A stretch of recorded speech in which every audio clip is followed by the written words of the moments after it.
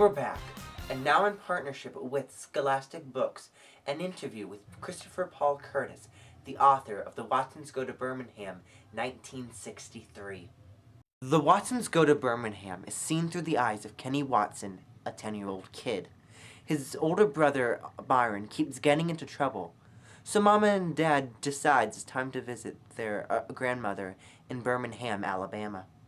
They take their long trip in their car, going to the darkest moments in America's history. How did you start to write?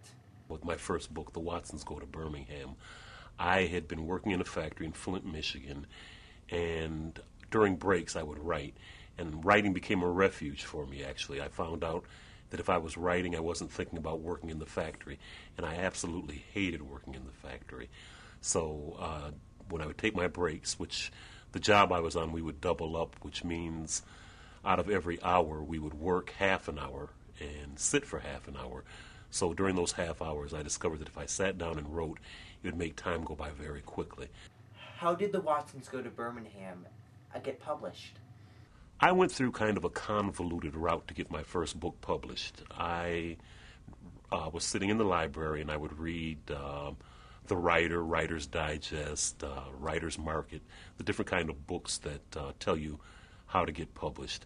And it seemed like a really hard thing to do to try to get an editor's attention. But in Writer's Market, there's a whole chapter on contests where you can submit your manuscript, and they will to a contest, and if they like what it is, they would publish the book for you. So I submitted The Watsons Go to Birmingham to two different publishing companies, to Little Brown and to Delacorte Random House in New York City.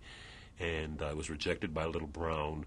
Random House didn't win the contest with Random House, but they decided to publish it anyway. Who or what encouraged you to write?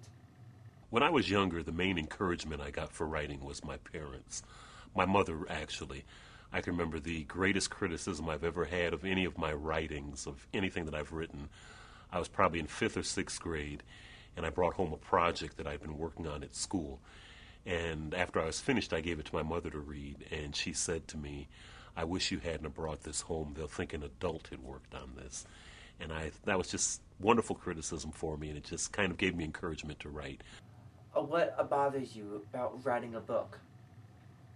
The first letter from the editor after you've initially submitted the book. It's really hard to read what they think is wrong with your book. When you've written a perfect book and they just want to go and point out this and point out that. That's probably the only thing that bothers me, and that's a very minor irritation. I've had real jobs before, so I know what worst is, and there's nothing worse about this. There's nothing bad about it. Thank you very much.